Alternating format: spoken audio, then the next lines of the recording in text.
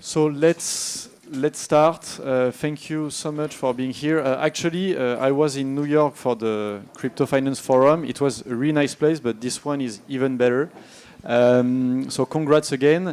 I'm Rafael Bloch. I'm a crypto journalist. I've been in this space for 9 years. For the record, I'm the first journalist who interviewed Antoine back in 2018. At that time, I was working for Reuters. And then I co-founded The Big Whale, which is today the leading business information platform in Europe dedicated to digital assets. I'm really glad to be with you guys to talk about the future of financial infrastructure. We will talk, of course, about stablecoins and tokenized assets. If you could just introduce yourself briefly, and after I have many questions for you, and we will take 5 minutes for the audience questions. Thank you very much. So I'm Martin Bruncko. I'm the founder and CEO of Schuman Financial, Euro stablecoin issuer, licensed and regulated out of France. Coralie Billmann, I'm the managing director for Circle France, expanding the stablecoin license in Europe. Hi, good morning. Peter Hübli, head digital assets at Zurich Kantonalbank. Based in lovely and currently very hot Zurich. Zurich Kantonalbank is the second largest bank in Switzerland with a huge gap to UBS. And we are one of only a few banks in Zurich, in Switzerland in general, which offer crypto services to their clients. Hi everyone, great to be here with you guys. My name is Waqar. I'm the head of digital assets for financing and security services at Standard Chartered Bank, based in London. And we're the world's first GSIB to offer crypto services natively from within Standard Chartered. Good to be here with you guys. Yep, thank you. So it's a coincidence, but we have the two crypto natives people here, and here the two bankers. I would like to start with you both guys. Of course about stablecoins. So Coralie, I mean, from Circle, you are like today the shining star. Everything seems to be really easy for Circle, and not only about the IPO. But at the same time, there are more and more banks that are working on stablecoins.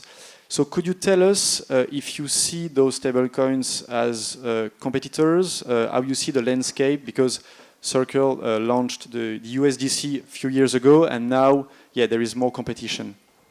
Yeah, we always say competition is healthy. So it's always good to see more competitors in the market. And again, it's like a journey that started long time ago for Circle, for the USDC, and now for the EuroC more recently. And again, from Circle, we benefit from this momentum of having taken this opportunity and almost this bet of regulation. So we decided to go where regulation was already established and already mature. That's why we decided to establish a French entity already almost a year ago, and to become MiCA compliant. For the moment, we definitely see that this was a good decision and very beneficial decision. Why? Because this helped the customer base to grow, and also the market shifted gradually from non-compliant, not MiCA compliant stablecoins to more MiCA compliant stablecoins. So, and we do that all around the world. If you look at, we do the same in UAE. We were in Singapore, maybe soon to be in the UK. So definitely we go where regulation is robust, is established, and this helps the customer to grow. And it helps as well and help the discussion and the dialogue with our bankers. Because again, we don't see that more as a competition, but more like an healthy ecosystem. We need banking partners to manage part of our reserves and also to fulfill this fiat leg that is definitely existing, and also to bring, I would say, attractivity to the sector as a whole. So we don't really see, banks as a really direct competitors, but more like a definitive benefit for the market in general. Okay, and about this, Martin? So we launched about 6 months ago. Our focus is squarely on Euro stablecoins. Why, you would ask? It is such a small market. Well, the reason is because we are 100% convinced this market is going to go into hundreds of billions. And the reason is very simple. If you believe that financial services are moving on chain, and if you believe that Europe will not switch to the dollar, will not abandon euro like officially and move to the dollar, then by definition that euro stablecoins will go into hundreds of billions. And the logic is very simple. Well, because if you look at euro-denominated financial services, it's about a third, give or take, of the dollar-denominated financial services. Obviously depends by the service. And in order to be able to execute those financial services on-chain, you do need to have a tokenized version of the euro, which basically is a stablecoin. I mean, it could also be a CBDC, but for all kinds of reasons I can explain to you, we don't believe that's going to really take off. So by definition, the euro stablecoin market will be very, very large. So that's why we decided to set up a specialized, basically, with the best euro stablecoin issuer in terms of the license, which is French. We are the only one, actually, other than SocGen Forge, which is custodied by one of the top 20 global custodian banks, KPMG audited, and by now we're also the most widely distributed euro stablecoin across the crypto ecosystem, including all the exchanges which are available in Europe. Yep. And Martin, how do you explain that? I mean, euro stablecoins are, I mean, still so small, even for Circle with the URC or Société Générale Forge with the URCV. How do you explain this? Yeah, so it's very simple, which is that right now, the main use case still for stablecoins is crypto trading, basically, and all the derived use cases of crypto trading.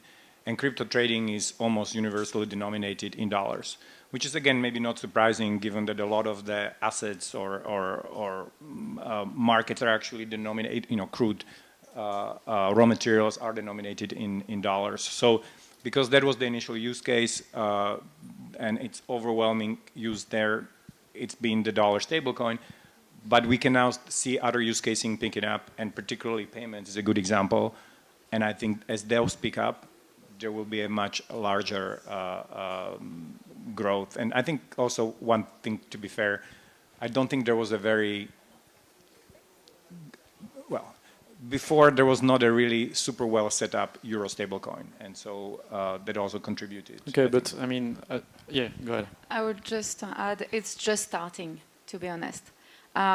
There was a lot of, I would say, gain of visibility from the USD part, not only from Circle, but for other USD players. But the EuroC players are only, we are just starting the journey. EuroC is born like 3 or 4 years ago. Without doing any marketing, so we're already almost at 200 million euros circulation. And it's only starting with the large use cases from the TradFi, from the payments industry, from the cross-border industries, from the treasurers and CFOs of Europe who want a natural exposure to euros. They don't want to use USD and have a complex balance sheet or complex P&L by adding this FX component. They want to just use euros as they use today, but with a digital component. So that's why I'm a fervent believer that it's going to be like in the next 6 months, a year, it's just the beginning. Okay. And we see large flows linked to it. And Peter, on this, so you flew from Switzerland. You're more convinced by CBDCs. I mean, can you just tell us more why in Switzerland you don't talk that much about stablecoins, but more about CBDCs? That's a very good question, Rafael. Indeed, we struggle a little bit with stablecoin, with the Swiss franc. It's quite interesting because 4 or 5 years ago, I guess we were the role model for the rest of the world because we were one of the countries which the first DLT Act. So, and that put us really ahead of the curve based on a very strong collaboration at that time between politicians, a central bank, regulator, and commercial banks. And ended up with banking license for crypto banks, as well as this DLT Act, which I mentioned, and the first real transaction with wholesale CBDC. I guess we talk later about it. Going back to stablecoin, there we do not have one party which is willing to take the lead. So politicians are not interested in stablecoin. Central bank is not interested in stablecoin. They have the wholesale CBDC. The regulator is against the stablecoin. And the commercial banks don't find a business case for stablecoins. That's, I guess, a little bit the situation right now where we have. And I'm happy that Martin said that it is in context with crypto. It's exactly what we see at the moment. The usage of stablecoin is more in context with crypto trading and less with tokenized assets because there are no tokenized assets on the market right now. Yep, but I agree with you, but maybe if we have more tokenized assets like bonds, securities, maybe you will need stablecoins as a settlement. Yeah, it's a little bit of chicken egg, you know. What we need first, stablecoin or first the tokenized assets to settle against stablecoin? That's a little bit the question. In Switzerland, we have digital assets and we settle against wholesale CBDC. And that worked quite well. That's from a technical, operational point, absolutely no challenge for us. The problem is a little bit that we use this wholesale CBDC only in a very closed environment, on a private blockchain on SDX. And so that's not scalable, for sure not. But that has to do with the risk appetite of our central bank. Okay, and Waqar, so you worked at some different projects, but especially the one regarding the stablecoin in Asia. Can you just tell us more? And why did you partner with Animoca Brands? Why don't you just did it on your own with Standard Chartered? Thank you for the question. So I'm going to take a global bank view on this one. And yes, we have done CBDCs before as a bank in Africa. We are very heavily involved with central bank to central bank CBDC network as well, and between the Middle East and Asia. And we are now beginning to see use cases emerge above and beyond central bank money. And that's where the need of a stablecoin comes in from a 24/7 mobility point of view. The project that we have in Hong Kong, which you're referring to with the Animoca Brands and Hong Kong Telecom, emerges from this fast payment, near 24/7 instant transfer of assets. There's a huge economy behind Animoca Brands on the digital side and the gaming side. Hong Kong Telecom has a significant network in the payments as well. So a bank going alone at launching a stable coin without having the ecosystem connect was strategically a little bit of a dampener on the overall success of the stablecoin. So it's useful to have partners who actually are embedded in the payment networks already, with millions of customers already available, so we can reuse the top line layer and inject our digital asset layer in the back from the bank. Now, it's a unique case because if you look at Hong Kong has a fast payment network already. It's instantaneously transfers value from person to person. So you can argue, well, do you really need a digital asset because, you know, efficiency is already there? One can argue that somebody can actually spend money faster using traditional rails than a stable coin, especially in Hong Kong, right? Singapore is the same, Australia is the same, UK to some extent now, bank-to-bank transfers are quite instant. But the problem starts when you have large institutional players get in and the closing hours start to kick in on the RTGS systems or the real-time gross settlement systems. That's when the real value transfer of a stable coin comes into effect. So, and also these kind of assets, stable coins, they are very useful in retaining value cross-border as well. So if you transfer a Hong Kong dollar stable coin to me today from Hong Kong to Switzerland, it'll still be used as a Hong Kong dollar. There is no FX leg in between. Yeah? So they are portable to some extent. Yes, when you want to spend in Swiss francs, you have to do FX, right, somehow. But to be able to hold without the actual transfer, without the FX leg, it's actually quite handy. So back to your main question, why did we partner with them? It gives us a network effect, and we as a bank have decided not to launch anything without a real use case. So yes, we do experiments, yes, we do POCs, but you would have noticed over the past 3 years, maybe 4 years now, whatever Standard Chartered Bank does in digital assets, it has got an actual hook to an actual use case with a real client attached to it. So that was the main reason. Okay, and so first it was about payment, but do you expect anything beyond payment in the coming months or years with stablecoins? And the question is for all of you. Hopefully, that will happen. We are waiting for that. That's exactly what the bank like ours is waiting for, because we believe in the new technology and we believe in tokenized assets. We have some concerns about crypto, but crypto are here, and that's low-hanging fruits for us. We make a lot of money with them. But what we really want to do is that we can we see this shift from traditional assets to tokenized assets, and then makes sense that we talk about stable coins if we have these tokenized assets, and that we need if we really believe in the industry, and that the DLT technology will change the world. For that, we need this mass adoption, and I think that's only will happen if we have this shift from traditional assets to tokenized assets. I do see a couple other use cases which are really taking off. One of them is tokenized money market funds. That's actually a very easy and obvious one to use. It's kind of linked to payments in the sense that if you hold an account, you know, you want to actually keep the rest of your balance generating yield, and this is a very, very easy one to use. And the other one is also related to payment in a way. It's FX on chain.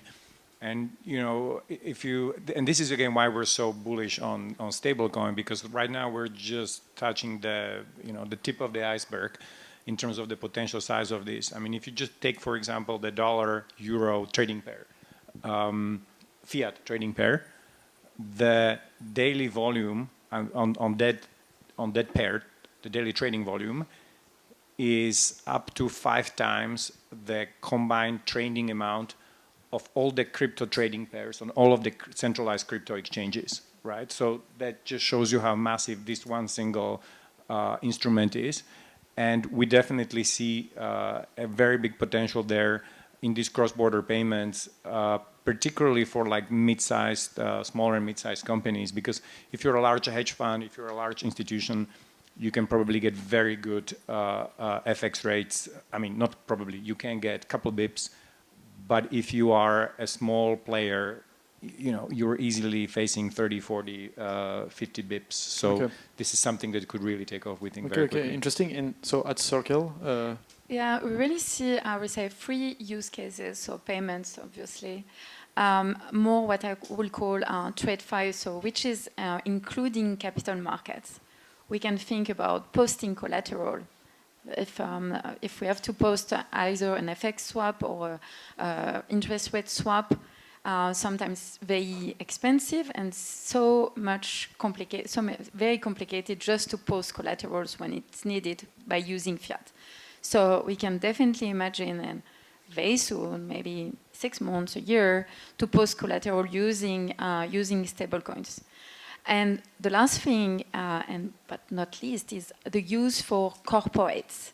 When I say corporates, large, small, I was a treasurer before for PayPal.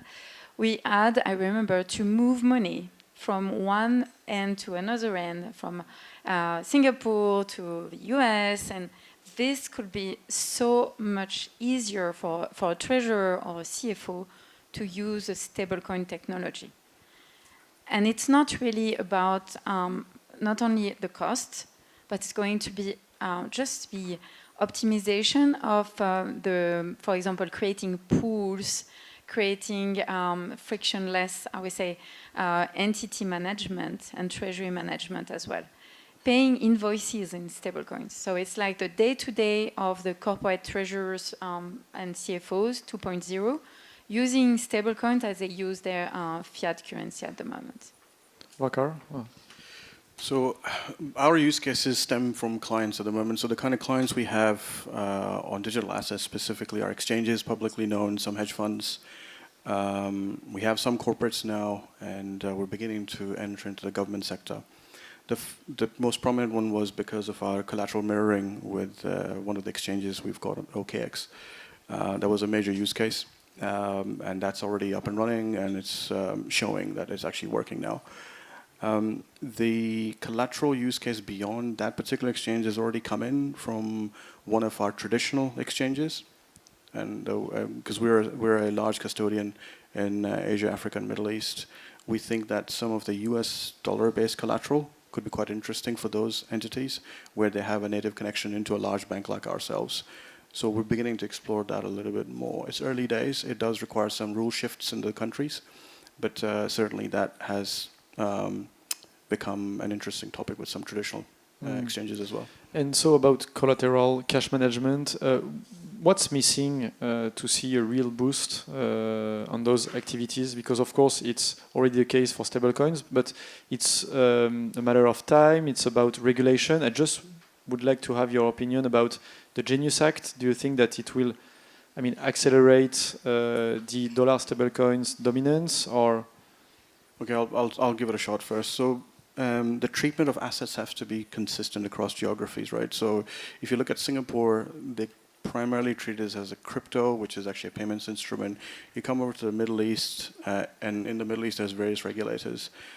Some of them treat them as a commodity. Some of them treat them on their own accord. In the US, a brand new asset class. So the transportability of assets and then the legal ownership of the asset if something does go wrong changes from country to country, and the composability of the asset cross-border is something that needs to be looked at. And I think they're looking at it. They will look at it. The reason I say the regulators will look at it is because now we're beginning to see emergence of technology providers who are creating an FX capability from stablecoin to stablecoin natively. It's beginning to happen now. In Asia, we've seen a couple of examples there. We're seeing in the Middle East, there's a couple of startups there. So what they're doing is creating a network of many stablecoins and being able to value transfer and then in effect an FX leg. But then the asset is not FX. It's actually a different asset class. So to really get it going, it has to be very clear from the regulation point of view. And then, yes, the systems have to start talking to each other as well. I like the word legal ownership, because it's exactly the point where we stopped our project with stablecoins in Switzerland. We have an initiative from the Swiss Banking Association, and we ended up in a really bad discussions about this legal ownership in case of stablecoin. I think a regulation is absolute crucial for a stablecoin, otherwise it doesn't work. And coming back to your use cases, Martin, I like the way that you want to make the customers happy. The problem is that most of the use cases are against my revenues as a bank.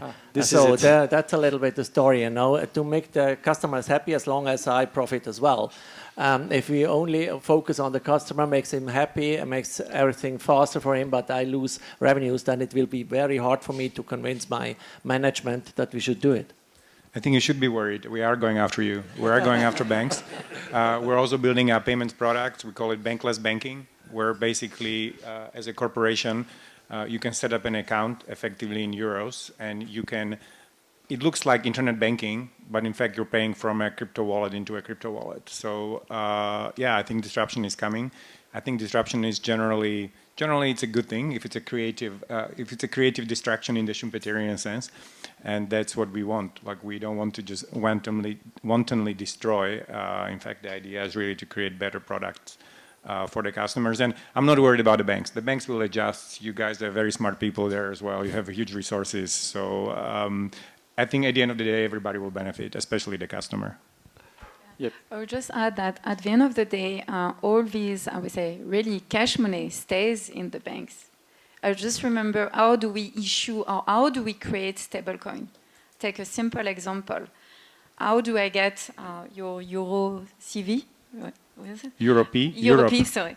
It's basically a client will have to come to Martin to just buy a Europe by sending cash money. So sending euros cash to an IBAN, to a bank account. And then only at the moment this hits the bank account, we can create a stablecoin, or EuroC for Circle, or Europe for Martin. So it's only at this moment that the stablecoin is created and then transferred to everywhere and used as a payment or as other tools. But this cash, these euros that the client sends to us, is put on a bank account and needs to be put on a bank account to be compliant with the regulation. We are not a bank as such. So what does it mean? It means that we have safeguarding requirements to put one for one whenever a client buy the stablecoin from us, or we issue a stablecoin for a client. And this, at the end of the day, if you look at our balance sheet, all the ecosystems remains in the banking ecosystem, especially in Europe with MiCA, we have a requirement to put this with European banks. Yeah. So just wanted to say that it's not going away totally.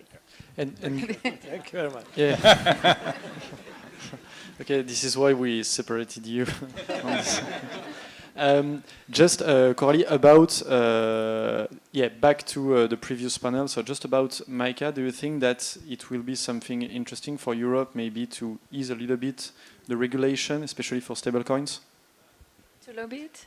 No, I mean just to have maybe a easier regulation for stablecoins, especially with the Genius Act in the US, even if it's not a very flexible regulation, but still. Yeah, with MiCA we are still in the, I would say, in the digestion mode. So it's still there are still a lot of draft RTSs or guidelines. So we are still very in the mood, especially with local regulators, to interpret and make MiCA operational. So I would say we are still in the MiCA 1.0 and trying to digest it. So I don't think that we are mature enough to think about MiCA 2. But definitely, we are really looking at MiCA like something written on in an office that needs now to be put in the street as operational. And I see it every day where we really need to make sure that we and the regulators and the client base as well understand MiCA. Okay. So I think it has to be, in the near future, we'll definitely see some adjustments, some simplification. It will help a lot.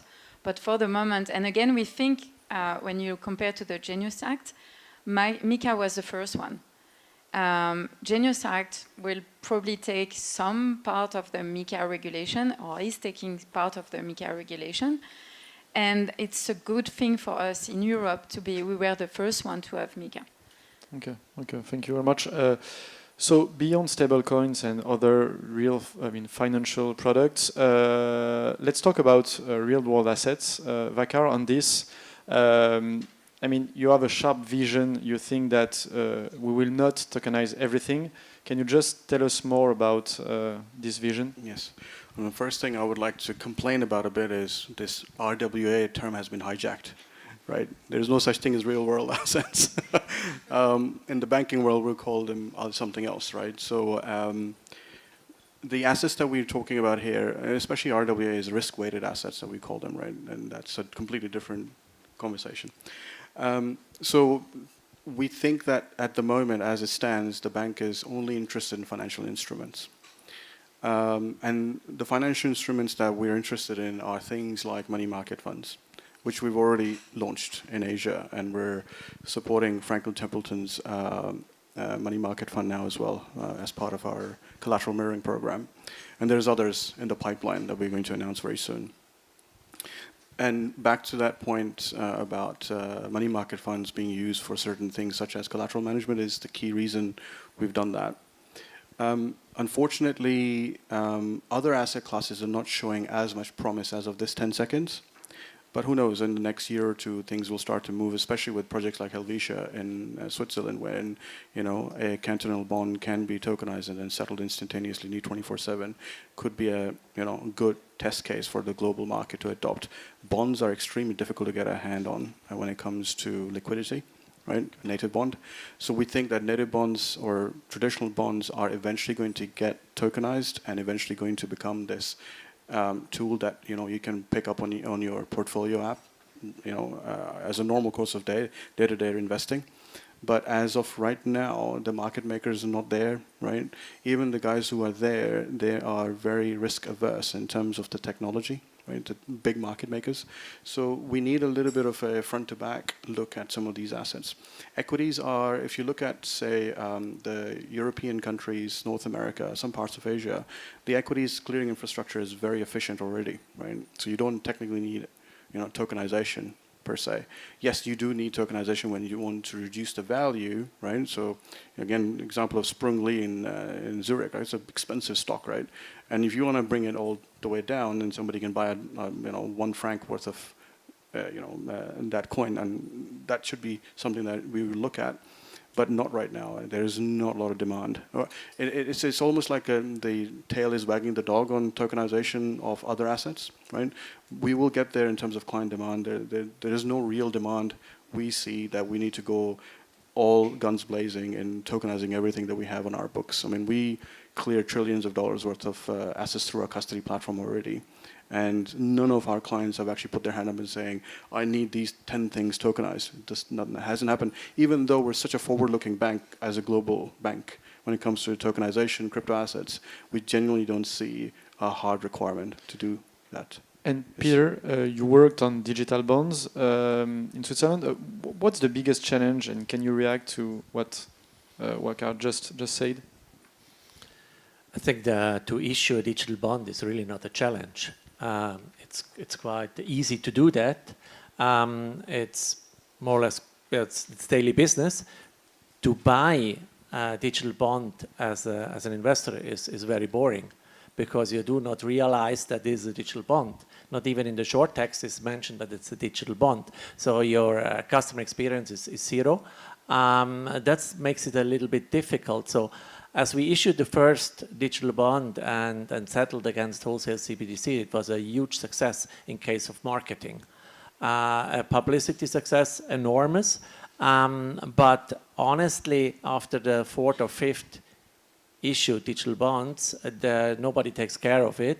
There is no press release anymore. And so the question is, where is the benefit? And only with this bond, there is absolutely no benefit. Neither for the bank in case of it is cheaper or more efficient, nor for the client, as I mentioned, because you do not get any additional benefits with an investment in digital bonds. So we need other products which brings really this immediate benefit for the investor or for the bank. And in Switzerland we have the first fully regulated digital exchange, founded 5 years ago, and after these 5 years we only have digital bonds there and nothing else. So we are really waiting for this use case which brings a little bit more attention on it and brings really benefits. And I know that some banks in Switzerland work on it. Fractionalization is one of the topics and makes absolutely sense. For me personally, it's really the fund sector which is interesting. Primary market for funds, same process as 20 years ago. Many intermediaries, absolutely no transparency in the process. That makes sense for me, and I see huge potential in tokenization of funds. Okay, your growth will depend on also the growth of the tokenized market. How you react to this skepticism about tokenization of securities bonds? First of all, I understand the skepticism, right? Because it's still kind of a solution looking for a problem. I mean, this technology, right? We still haven't really figured out a real use case. But again, I think this is quite normal. In the sense that tokenization is a very new emerging technology, right? And like with any other emerging technology, you kind of see where this is going, where this could be used, but you just don't really have the pickup. And I think good example is smartphones, right? Basically, for ages, people were saying, actually, it would really make sense to have a phone where you can do email and also have your diary and maybe also search web. And it was kind of obvious what that would sort of look like. And Nokia tried, and and Ericsson tried, and BlackBerry tried. And everybody was like, yeah, it kind of worked, but not really, right? And then somebody came, obviously Apple, and just cracked it, right? They figured it out, this is the product. So, and I think this is where we're sort of with these real-world assets, or just more generally tokenized product. We're still early, but there will be a company or two that will come and will kind of really crack that use case. And I think we're starting to see it with payments. I mean, crypto-based payments, I've been hearing it for years and years that, this is the obvious use case. It's just so much better than fiat money. Payments should move on chain. And for years and years, nobody was using it until suddenly now it seems like everybody and their grandmother is talking about stable coins and how this is the thing that we should be using. Fully agree, Martin. And I guess what we should avoid is that we try to replace the traditional world one-to-one into the new world. Yeah. That doesn't make sense for me. just the final word, Coralie, and after we'll take 1 or 2 questions. Yeah, I would just say for these use cases to really materialize, that's why it's taking some time, because it's across functions. When you want to tokenize a money market fund or a fund in general, or just use stablecoins just for the entry. So do not even think about using a money market fund, but just a traditional fund. This comes with all the functions, like you need to convince the compliance teams, you need the tech team to be onboarded as well, you need the treasury teams already, make sure that legally it's viable from a regulatory standpoint as well. So that's why, and this is again a matter of time, but whenever this goes in these committees, in this operational mode, this is going to be huge. Okay, thank you very much. If you have any question, we can take 1 or 2 from the audience. Yeah, go ahead. I have one question for the stablecoin issuer. So we know that Yep, just a mic. Thank you.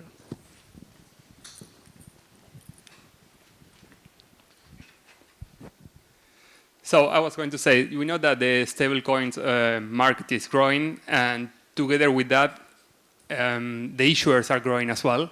If you check now on DeFi Llama, probably there are 40 or more stablecoins with market cap of more than 100 million.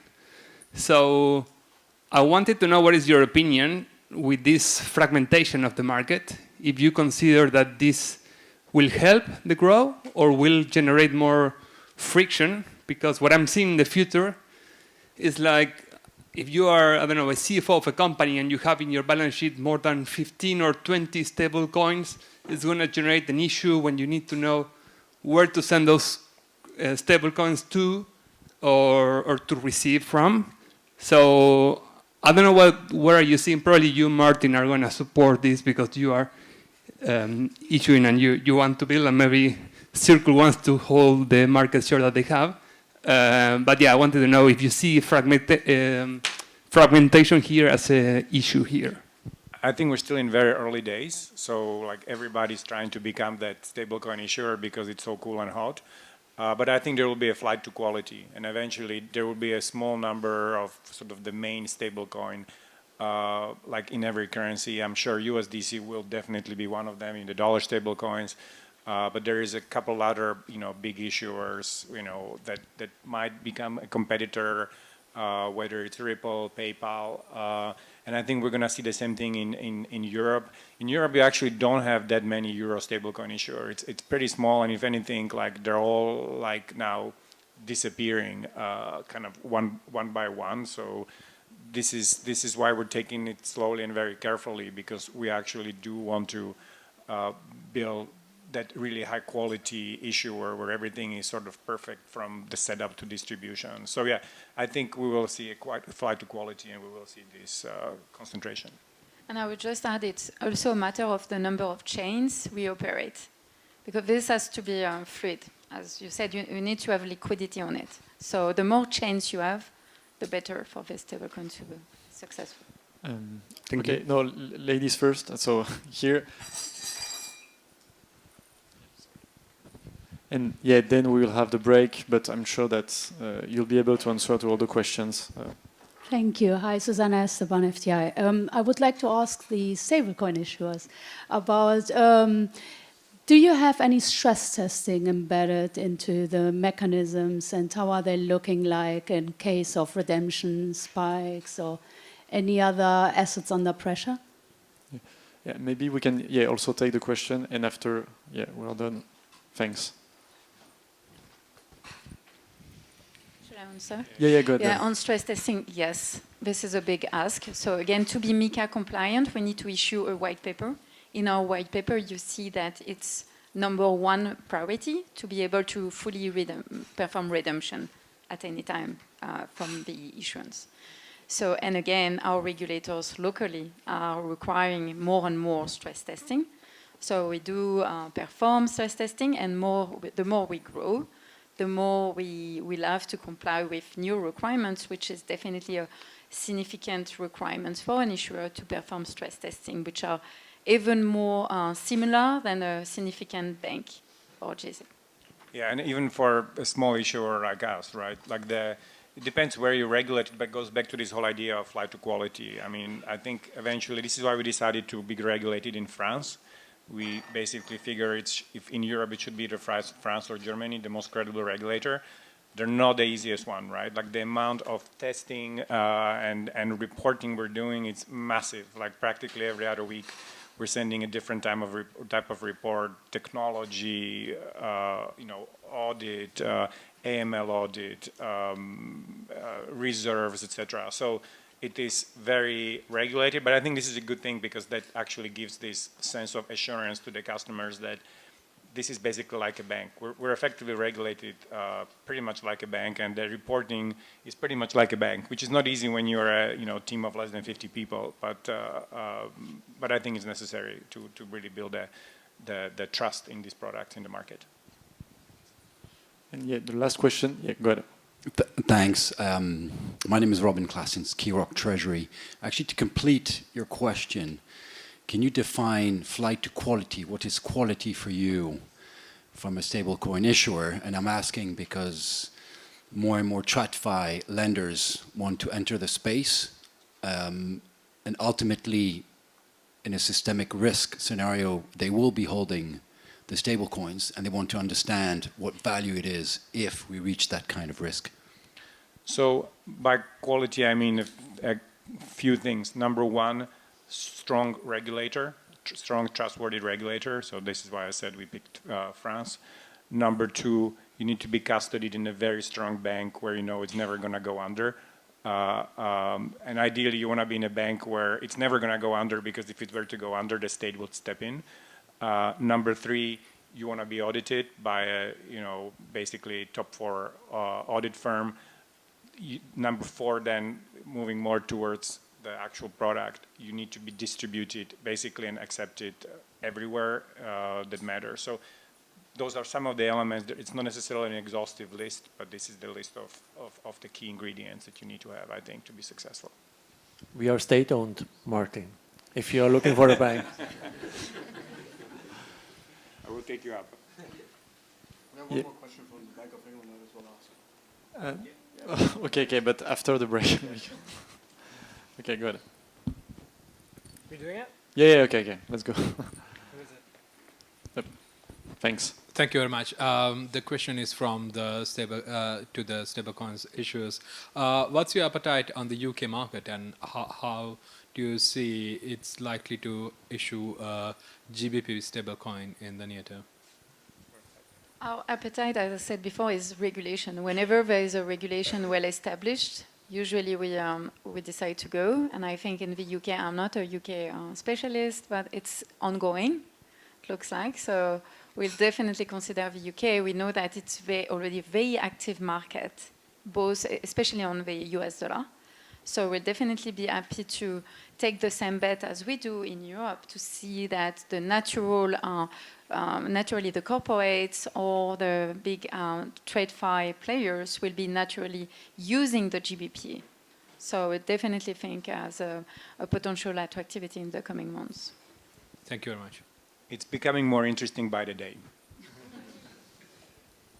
Okay, thank you very much. A big round of applause for them, and let's have a break. Thanks.